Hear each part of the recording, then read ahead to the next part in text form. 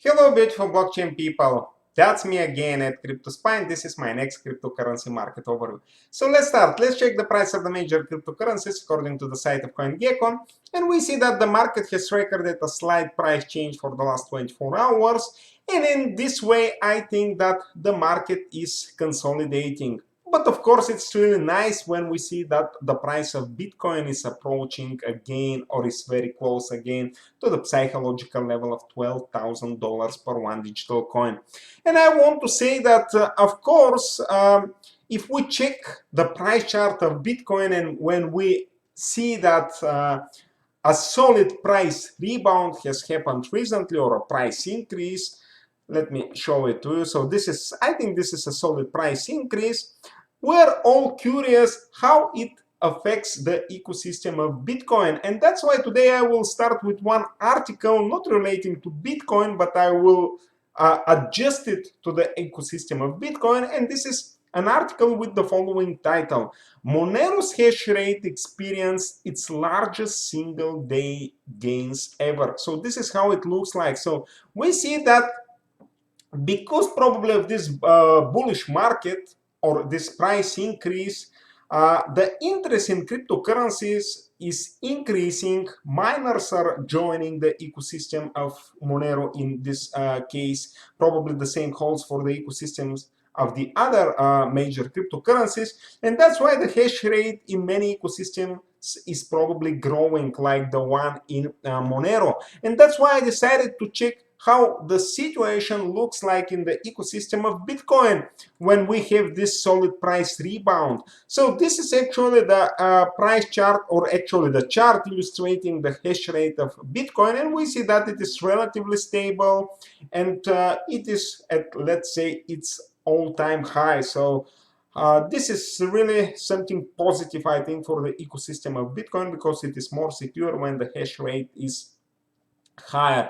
I also decided to check the other metrics because in some crypto or Bitcoin related forums, I saw some criticism from people that are against Bitcoin maximalists. They started to talk once again about the scalability issue of Bitcoin, and they mentioned that this is a solid burden for the ecosystem of Bitcoin. Of course, the Bitcoin maximalists, they criticized or fired back, and they criticize the other cryptocurrencies, but this is something normal. But let me show you how the other important metrics looks like. For example, this is the average block size. It is relatively stable. It has been relatively stable recently for the last 12 months. But if we check for the since the very beginning, we know that this is almost the maximum of the price of this chart, because Bitcoin has faced the scalability issue back in the first half, let's say, of 2017, and since then we know that this is the biggest problem for the ecosystem of Bitcoin, and this is actually the maximum block size. So this is because of it we have this scalability issue. If we check, for example, the number of transactions per day, it has been relatively stable for the last 12 months as well. And if we check the whole chart, we see a similar situation as in the chart of the Bitcoin average block size. So because of the scalability issue, the number of transactions is relatively, let's say, stable recently, and it is, let's say, something between 300 and 400 or 500 transactions per day. And if we check the another important metric, and I want to mention it because I saw that in those forums, in those Bitcoin related forums, anti-Bitcoin maximalists, they started to criticize the Bitcoin maximalists, and they show this chart. So this is the let me show what I'm talking about. This is the fees per transaction. So we see that the average fee per transaction has been growing, and this is relatively high price, to be honest, something between $5 and $6.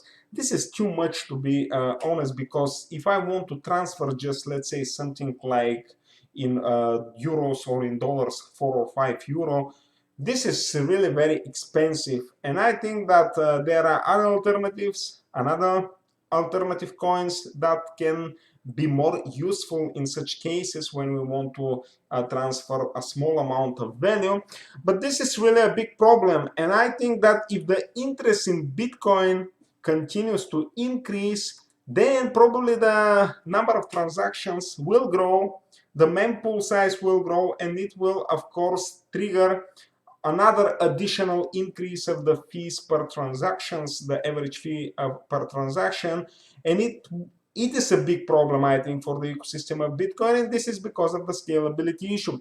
But let's compare it with the all-time high back that formed back in December of 2017. So the current levels are relatively lower than those levels that used to be back in 2017. So $20 per transaction, $30, 40, 50, and even more. So the current average fee per transaction is relatively lower than it used to be during this hype. So, but anyway, those are important metrics, and I think that this is a solid burden for the ecosystem of Bitcoin. But as I used to mention in the spring and at the very beginning of the summer, although the scalability issue is a big problem for the ecosystem of Bitcoin, there are some exogenous factors that support the price of Bitcoin and the cryptocurrencies, and this is the extremely loose monetary policy conducted worldwide by the central banks. So we know that central banks all over the world are injecting a lot of liquidity into the global financial system, and even with the scalability issue, I think the ecosystem of Bitcoin has a bright future and the ecosystem of the cryptocurrencies, but this is just my own point of view. So that's it for today, fellas. Thank you for watching this video. I wish you a wonderful weekend and hope to see you in the next one. It was me at CryptoSpa.